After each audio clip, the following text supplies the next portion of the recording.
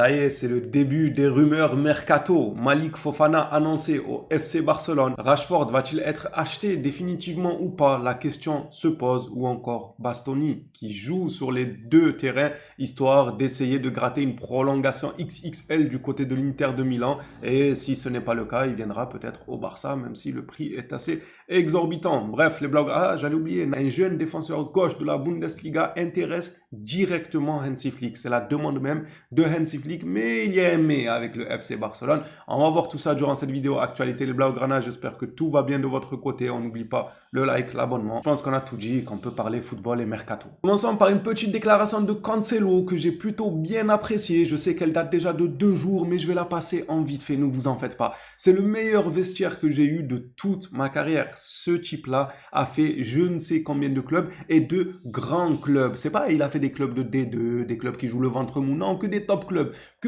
clubs européens, et il trouve qu'à Barcelone, on a le meilleur vestiaire. C'est un excellent compliment. Maintenant, va-t-il rester lui aussi définitivement? C'est un peu similaire au cas Rashford. On ne sait toujours pas. En tout cas, le dernier match qu'il a fait, juste waouh, incroyable. Franchement, j'aime trop ce genre de joueurs-là. C'est ce genre de joueurs qui font que tu t'assois devant ta télé pour regarder un match de football. C'est pas les joueurs nature là.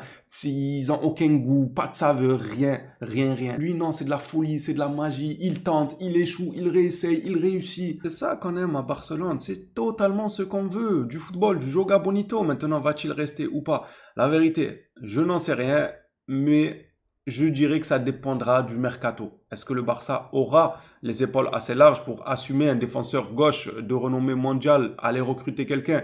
Et là, peut-être que Cancelo n'a pas grande chance. Maintenant, si nous n'arrivons pas à revenir au 1-1 et qu'on recrute à des postes beaucoup plus importants, comme notamment le numéro 9 ou encore le défenseur central, je pense qu'il y a moyen qu'il garde Cancelo, histoire de se dire, voilà, on a un joueur technique, on a un joueur expérimenté, on a un joueur qui peut apporter quelque chose à moindre coût. Et si, par exemple, Nathaniel de la Bundesliga venait à signer à Barcelone, je ne sais pas s'il garderait un Cancelo avec le salaire qui va avec, etc.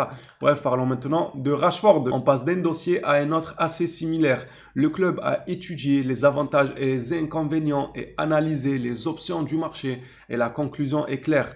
Payer 30 millions pour Rashford tout en essayant de réduire le montant est la solution la plus logique pour les intérêts de Barcelone.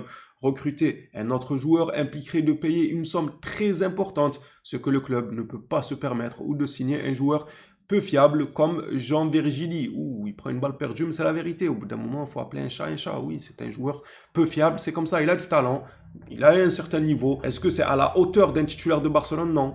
Donc, tu peux l'amener, miser sur lui, te dire peut-être que, mais tu n'as pas la fiabilité à 100%. Après, j'ai envie de vous dire, Rashford, est-ce que c'est le plus fiable aussi? Il y a mieux, cependant, c'est quand même plus fiable qu'un Virgili, même largement. Justement, en parlant de potentiels recrues qui pourraient soi-disant coûter cher, il y a des recrues qui peuvent être super intéressants et qui ont un coût qui avoisine celui de Rashford. On parle là de Malik Fofana. Entre Marcus Rashford et Malik Fofana, le Barça hésite. Les deux joueurs sont estimés à 30 millions selon Sport. La vérité là, les gars, c'est un gros duel. Gros duel, et je veux absolument entendre votre avis sur ce sujet-là. Moi, mon avis, il est déjà tout fait. Alors, ça sert à rien d'attraper mon col et me dire, oui, pourquoi tu nous parles d'âge maintenant, toi qui dis tout le temps que l'âge, ça veut rien dire et tout. C'est le contexte qui fait que, est-ce que l'âge veut dire quelque chose ou pas? Quand tu n'as pas le choix et que tu dois prendre des joueurs expérimentés pour tenir la baraque, un joueur de 32-33 ans, c'est pas scandaleux. Quand tu as le choix entre un jeune talent prometteur et un joueur qui a atteint un certain âge, la logique voudrait que tu ailles vers le jeune talent prometteur. Et encore, selon le contexte, selon ce qu'il apporte à l'heure actuelle, etc.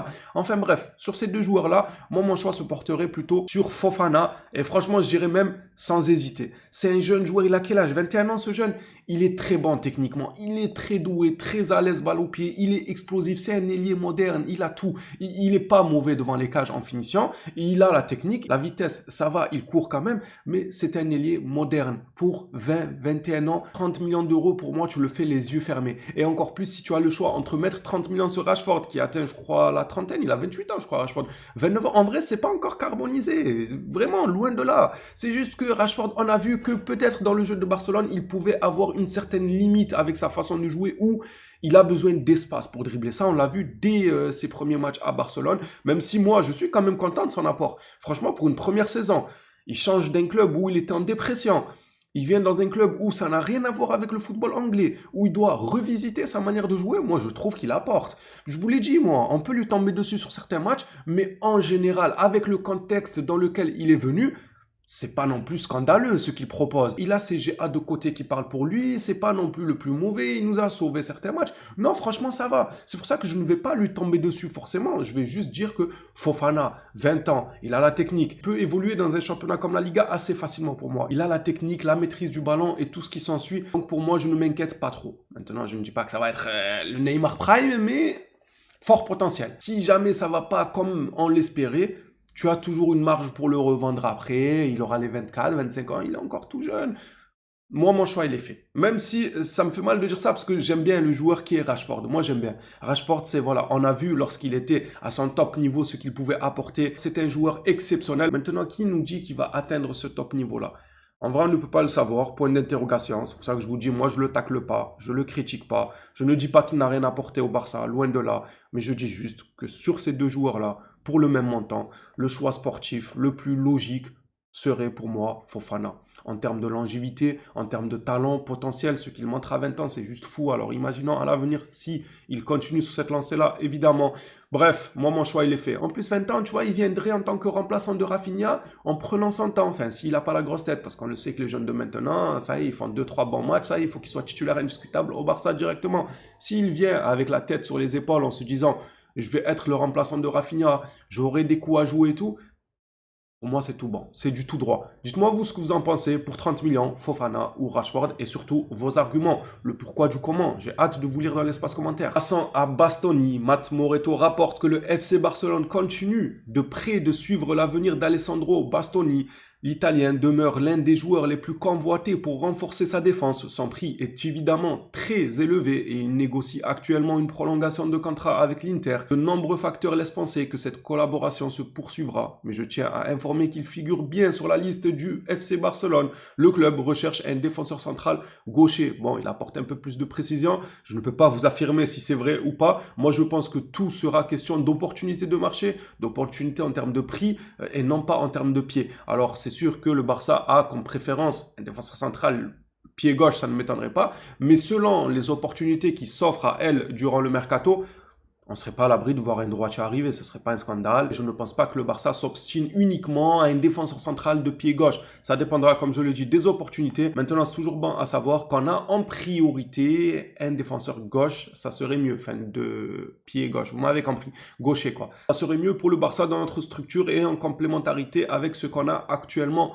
au club. Ce qu'on peut relever là dans ce communiqué, c'est que le joueur est actuellement en train de négocier une prolongation avec l'Inter. Bon, je vous fais pas de dessin. Il va jouer sur les deux tableaux pour essayer de tirer les enchères au plus haut. C'est comme ça, c'est le football, c'est le business, c'est l'argent, c'est le salaire. On pourrait continuer comme ça pendant des jours. Enfin bref, Bastoni, c'est un joueur que j'aimerais bien, même beaucoup, voir du côté du Barça. Mais en étant réaliste, ça me paraît comme étant une opération des plus compliquées. Franchement, une opération très très difficile à réaliser. Maintenant, on va voir si la magie va opérer durant le mercato ou pas. Je pars défaitiste sur ce dossier. Je vous le dis honnêtement, très pessimiste, très défaitiste. Je ne me dis pas qu'il va signer pour éviter toute désillusion ou voilà quoi. À la fin, on va taper des dépressions parce qu'au lieu de Bastoni, il va nous ramener un défenseur de division 4 ou je ne sais où. Enfin bref, souhaitons le meilleur. Avec un peu de retenue, ça fait pas de mal. Et si on revenait sur le dossier Alvarez, j'en ai parlé il y a de ça 2-3 jours. Voilà, j'ai fait un peu le psychologue à vous dire ce qu'il se passait dans la tête d'Alvarez et de Diego Simeone et le pourquoi du comment il déclare ça. Et on a parlé aussi de Arsenal.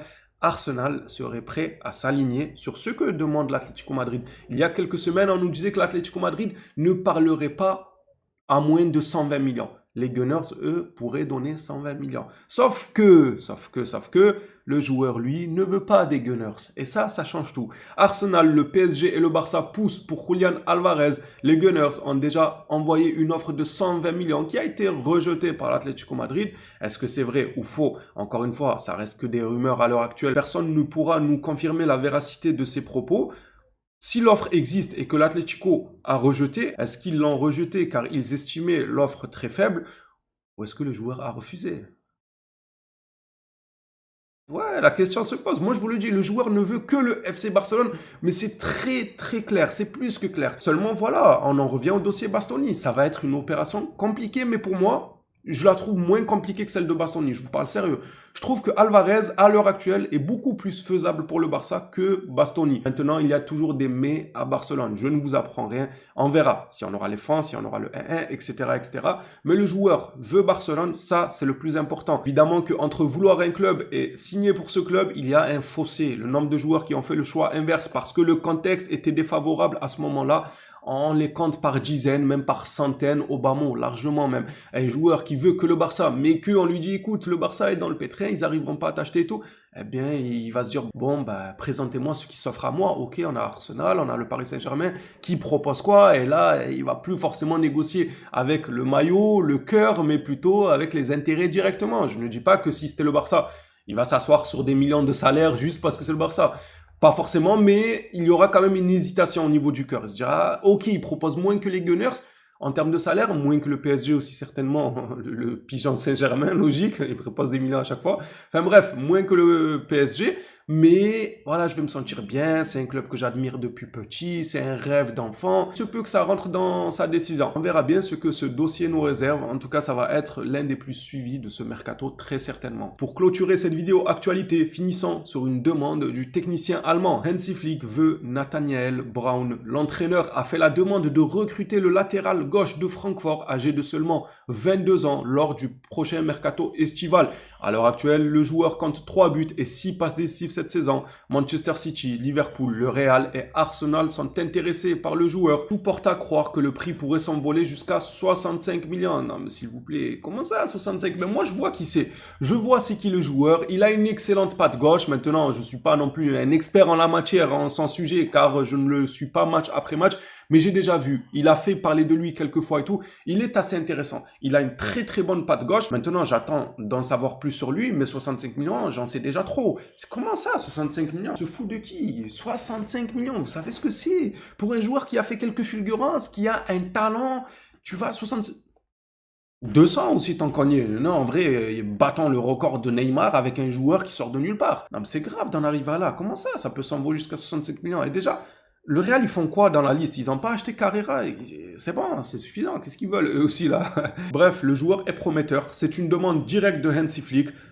Si les montants venaient à dépasser les 30-40 millions, certainement que Cancelo verra son avenir scellé suite à ce dossier. S'il venait à venir pour un certain montant et tout, je ne vois pas le Barça donner un certain salaire à Cancelo parce que je pense qu'il ne sera pas payant en venant de son club là qui nous a prêté en Arabie Saoudite. Il me semble que ce sera gratuit. Je ne sais pas si je dis une connerie, vous me rattraperez dans l'espace commentaire. Mais bref, selon ce qui va se passer sur ce transfert, il y aura l'avenir de Cancelo. N'oublions pas aussi qu'il y a une théorie comme quoi United s'intéresse à Baldé et on peut facilement faire naître une théorie à partir de ça. Baldé qui va à Manchester United, lui, Nathaniel qui vient à Barcelone et Cancelo qui reste à Barcelone. Ça veut dire qu'on changera du tout au tout sur ce côté gauche. On passera de Baldé à garder Cancelo avec Nathaniel Brown. Est-ce que le deal vous plaît ou pas? Au change, vous trouvez que c'est intéressant ou pas? Moi, je pense que oui.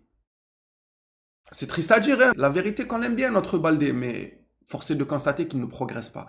Il ne progresse pas depuis des saisons, on l'a longtemps couvé, mis à l'abri des critiques, c'est souvent les autres mais pas lui. Mais en réalité, il faut qu'il progresse. S'il ne progresse pas, il ne pourra pas espérer faire une longue carrière à Barcelone ou alors ça sera sur le banc. On le voit déjà, Hansi Flick, le dernier match, il a déclaré qu'il était hyper content du match de Cancelo et que s'il continuait comme ça, il se pourrait qu'il serait titulaire. Il a balancé ça quand même, les gars, c'est pas rien. Alors que le titulaire, c'est Baldé. Il pourrait dire, nous avons déjà un titulaire, ou on verra ses progressions et c'est tout. Mais il a dit, il se pourrait qu'il finisse titulaire. Il envoie déjà des messages clairs à Baldé. C'est soit tu te bouges, tu progresses, soit frérot, Nathaniel, il va arriver, et toi tu vas aller du côté de United, et Cancelo va rester, et voilà quoi. Ainsi va la vie. Dites-moi ce que vous en pensez de cet échange-là. Ça vous paraît croustillant ou pas trop? Et voilà les Blaugrana, on arrive à la fin de cette vidéo actualité. Un plaisir d'avoir passé en revue l'actualité en votre compagnie. Merci à tous ceux qui suivent les vidéos et qui donnent la force aussi, c'est très très important. On s'attrape à la prochaine sur le Barça. D'ici là, prenez soin de vous les phénomènes.